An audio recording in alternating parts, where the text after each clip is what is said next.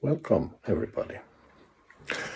This module, The Sustainable Agricultural Entrepreneur, was developed to provide a somewhat simplified course aiming at students and stakeholders from agriculture and primary industries who want to develop a business activity building on their own qualifications, their own possibilities, and connecting this to what your community, what your local surroundings can help you provide. Since we are focusing particularly on community and how your local community can help you and strengthen you in your work, the training starts with an introduction to help students understand better about community development, how to use it, how to understand it, and especially how to build it into your own activities. Regarding communities, it's important to remember that there never is only one community.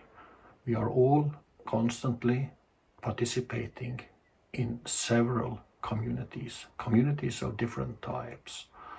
And when it comes to communities, there are two main varieties.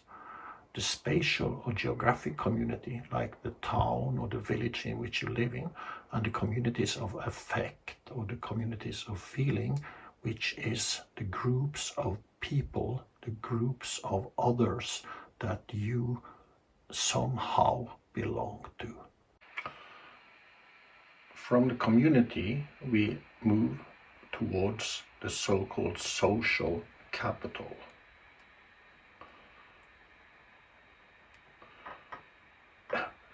Something that we like to say that Norwegians are full of, but it's also something that we find all over the world. What is social capital? Well, it's the sum of the norms, the trusts, and the networks. It's something that works at the individual as well as at the community level. And as such, social capital becomes a valuable resource for development, for local community development, for business development, for any kind of development. Next up is the local community as a creative common. What is a creative common, you may ask? Well, this is explained if you download and read or look at the information in this booklet. It's in Norwegian, but it's easy to translate also via Google Translate into English. Basically, it is a booklet that shows you how we can focus on development through our local communities. How we can work with what we call integrated rural development, and how we can understand and work with different places. One of the tools we are using in this work is what we call participatory community mapping. In community mapping, we are using what we can call the hive mind, the working together of the collective knowledge that is built, that is sustained when we are working together. As always, this relies on the quality of our input, how sincere we are at doing it, how good we are at doing it. And it requires us all to be in the same room doing it.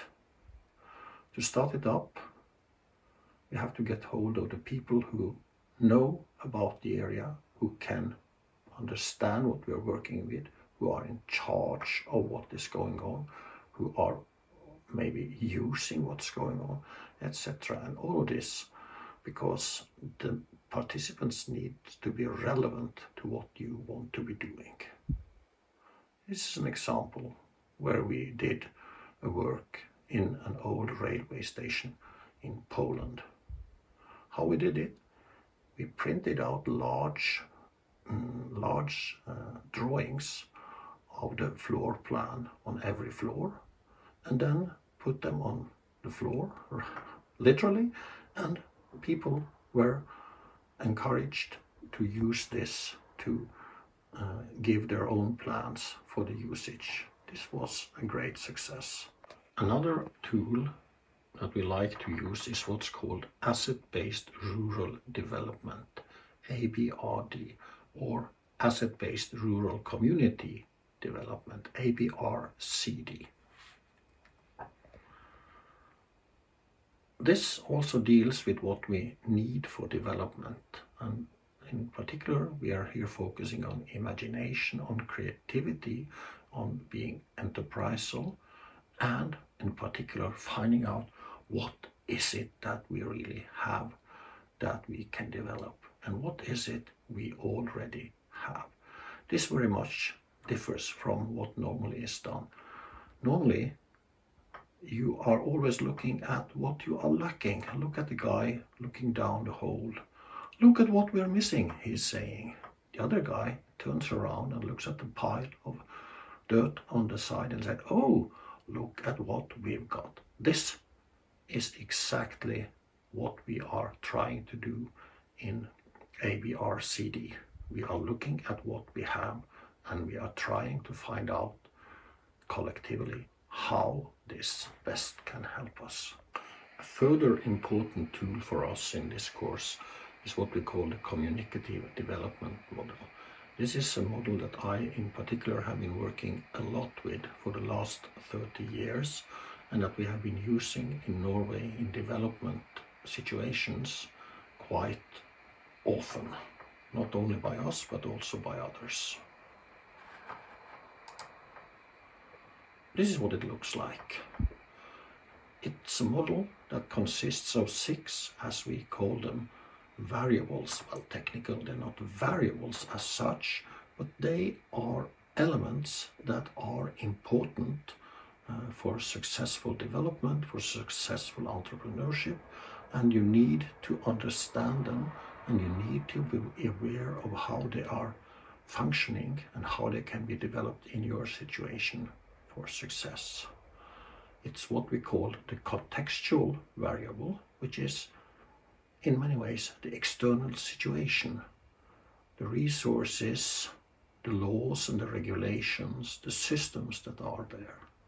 It's the organization, it's the how you are organized, how you can work together. It's the implementation, that's basically how you do things.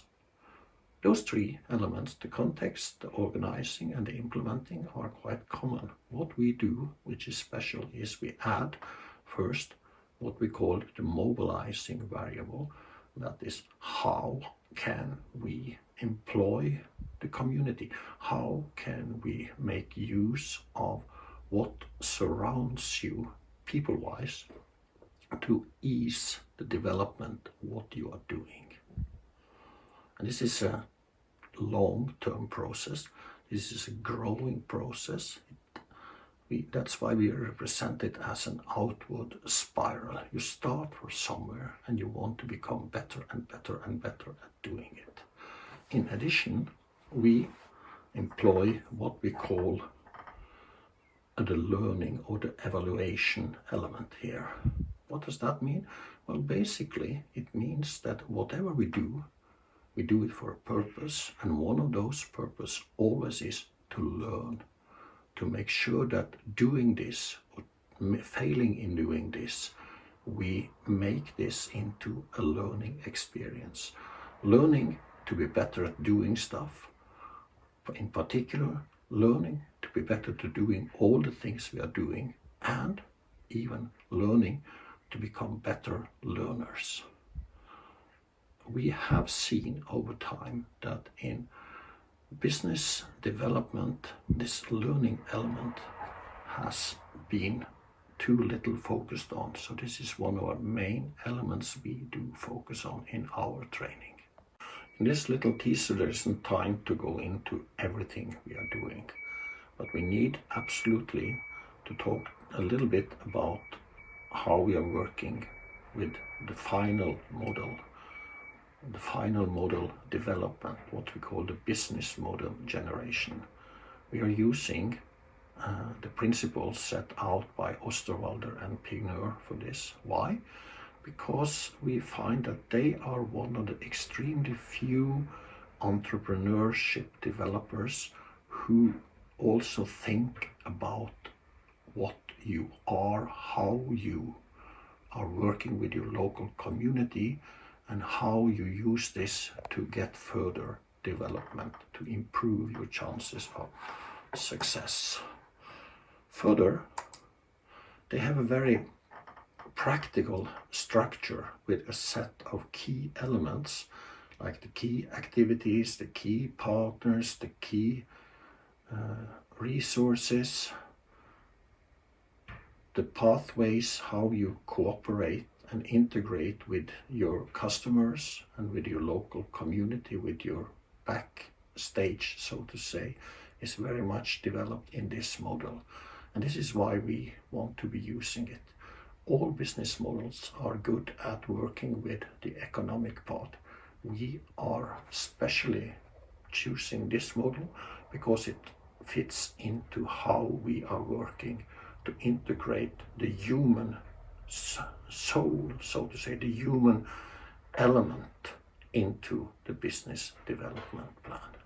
Okay, this was just a little teaser to show you some of the elements that we are using.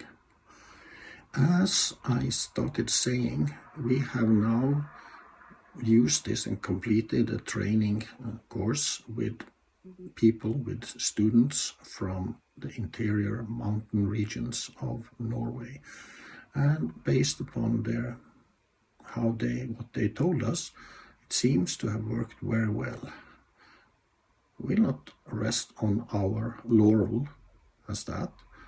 We will keep on developing this, improving it, and making it into a still better tool for business development, for production development, for entrepreneurial activities for young and older people, especially in rural areas, and especially working towards the rural industries such as farming, forestry, fisheries, small-scale business development, tourism, sustainable tourism, etc.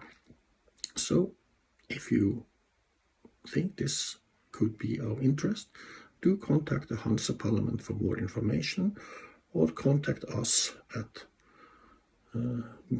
Høgskulen for grøn utvikling in Norway. God bless you all. Thank you.